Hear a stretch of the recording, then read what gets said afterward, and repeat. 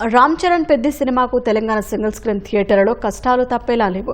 నిర్మాతలు పర్సెంటేజ్ విధానాన్ని అమలు చేస్తేనే పెద్ది చిత్రాన్ని ప్రదర్శిస్తామని తెలంగాణలో సింగిల్ స్క్రీన్ థియేటర్ల యజమానులు మరోసారి స్పష్టం చేశారు. పర్సెంటేజీ అంశంపై నిర్మాతలు తీవ్ర జాప్యం చేస్తున్నారని, ఇక తమ వల్ల కాదని సుమారు 40 మందికి పైగా ఎగ్జిబిటర్లు ఆవేదన వ్యక్తం చేశారు. హైదరాబాద్లోని తెలుగు ఫిల్మ్ ఛాంబర్లో సమావేశమైన ఎగ్జిబిటర్లు 48 గంటల్లోగా ఈ సమస్యను నిర్మాతలు పరిష్కరించాలని కోరారు. అవసరమైతే అగ్ర కథానాయకుడు చిరంజీవి దృష్టికి తీసుకెళ్లి సమస్య పరిష్కరించుకుంటామని తెలిపారు.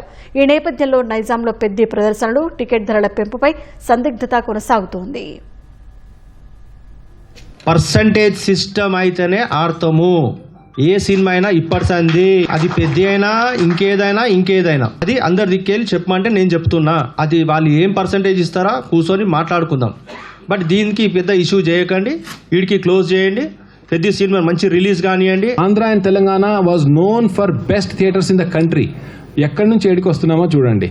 సో నాకు అనిపిస్తుంది new generation team is unable to recognise that అనేసి అనిపిస్తుంది. న్యూ జనరేషన్ జెన్ జీ ఆ థియేటర్ సిస్టమ్ సస్టైన్ అవ్వాలంటే ఇలా అయితేనే అవుతుంది అనేది మిస్సింగ్ అనిపిస్తుంది. బేసికలీ నాకు మ్యాక్సిమం ఎంత రాబట్టుకోవాలి అంతే నేను తీసేసుకుంటాను, మిగతా వాళ్ళు ఏమన్నా కానీ అనేసి కూర్చున్న కొమ్మని నరుక్కుంటున్నాము అనేది మా బాధ. ప్రతి ప్రొడ్యూసరు నా సినిమానే టార్గెట్ చేస్తారా అంటాడు.